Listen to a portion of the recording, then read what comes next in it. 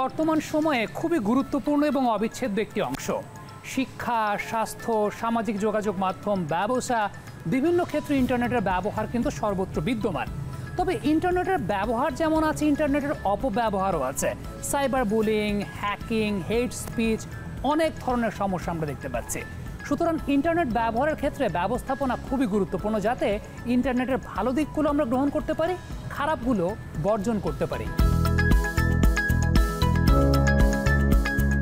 Actually ইন্টারনেটের শুরুটাই হচ্ছে DNS থেকে। আমাদের ইন্টারনেটে আমাদের যেরকম অ্যাওয়ারনেস বা পদচারণা শুরু হয়েছে বা আরও বেশি হওয়া উচিত, সেই জায়গায় যখনই আমরা যাব, তো ডিএনএসটা হচ্ছে মৌলিক একটা ম্যাটার ইন্টারনেটের।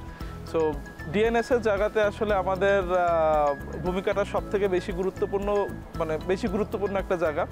কারণ ডিএনএসে যদি আমাদের পেনিট্রেশন বা আমাদের অ্যাকসেপ্টেন্স, আমাদের গভর্নেন্স ঠিকমতো না থাকে, তাহলে আসলে ইন্টারনেটের বলা চলে যে হাইওয়ে বা ইন্টারনেটের আমরা যখন কোনো জায়গায় কথা বলি, ইন্টারনেট বা ডিএনএস থেকে আমরা ডোমেন নেম সিস্টেমটাকে আমরা যেভাবে বলি, সেটা হচ্ছে প্রযুক্তির গেটওয়ে বা হাইওয়ে বলতে পারি। সবসময় ইনফ্রাস্ট্রাকচার ডেভেলপমেন্ট বলতে আমরা যে ইন্টারনেটে কেবল টানা বা এই টাইপের জিনিসগুলো সবসময় মনে করি বা বলা হয়। অনেক সময় আমাদের দেশে এইটাই আসলে আমি সবসময় বুঝে এসেছি যে কেবলের কানেক্টিভিটি যত বেশি করা হচ্ছে, ইন্টারনেট ইউজার তত বাড়ছে। অ্যাকচুয়ালি সেটা না, কেবল থাকলে হয় না। আসলে ডিএনএসের পেনিট্রেশন এবং ডিএনএস যদি প্রপারলি ওয়ার্ক না করে, তাহলে এই ইন্টারনেটে মানে এই কেবল আসলে আপনাকে ইন্টারনেট সার্ভিস কখনোই দিতে পারবে না।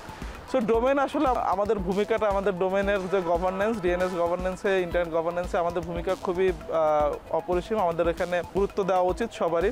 আমাদের দেশে যেসব কোম্পানি বা পার্সন আসলে আমরা অনলাইনে আমাদের নিজেদের বিজনেস থেকে শুরু করে, পার্সন থেকে শুরু করে সব কিছু আমরা যখন ইন্টারনেটে আমরা সার্ভিস নেওয়া শুরু করি বা ইন্টারনেট সার্ভিস দেওয়া শুরু করি, প্রথমে আমরা একটা ডোমেন নেম কিনি, ওয়েবসাইট বানানোর চেষ্টা করি, ইমেল অ্যাড্রেস খুলি। সো এইগুলো একেবারে প্রাইমারি একটা স্টেপ। সো এই স্টেপের জন্য আমার ডিএনএস সার্ভিস বা ডোমেন নেমটা আমাদের সাধারণত বাংলাদেশিরা মোস্টলি বিদেশি কোম্পানিকেই নির্ভর করে। সকল সার্ভিস যদি বিদেশি কোম্পানি থেকে নেওয়া হয়, তাহলে আমাদের শুরুতেই সাইবার সিকিউরিটির যে ইস্যুটা, সেটা শুরুতেই হয়ে যাচ্ছে। কারণ আমার নিজের জিনিস বাট অন্য কারো হাতে থাকছে। এবং হোস্টিং বা আপনি যদি ডেটা সেন্টারের সার্ভিস এগুলো যদি বলেন, সো আমরা যদি ক্লাউড কোম্পানি, বিদেশি কোম্পানিগুলোর উপর যদি ডিপেন্ডেন্সি আনে, আমাদের ডাটাগুলো দেশের বাইরে চলে যাচ্ছে। সো আমার প্রথম জিনিস হচ্ছে ডিএনএস সার্ভিসটা দেশের বাইরে, ডাটা দেশের বাইরে।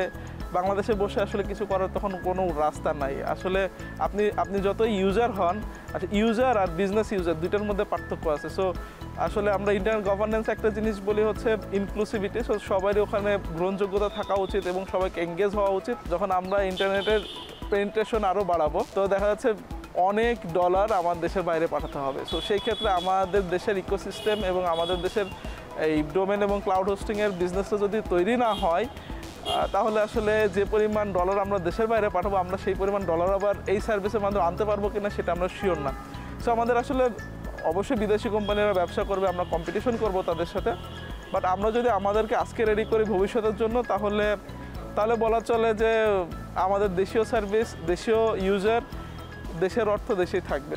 আমাদের এই প্রযুক্তিতে আসলে যদি আমরা গুরুত্ব দিতে চাই, আমাদেরকে অবশ্যই ডোমেন এবং ক্লাউড হোস্টিং, ডেটা সেন্টার এগুলোতে লোকাল কোম্পানির প্রতি ফোকাস দেওয়াটা খুব ইম্পর্ট্যান্ট একটা ব্যাপার।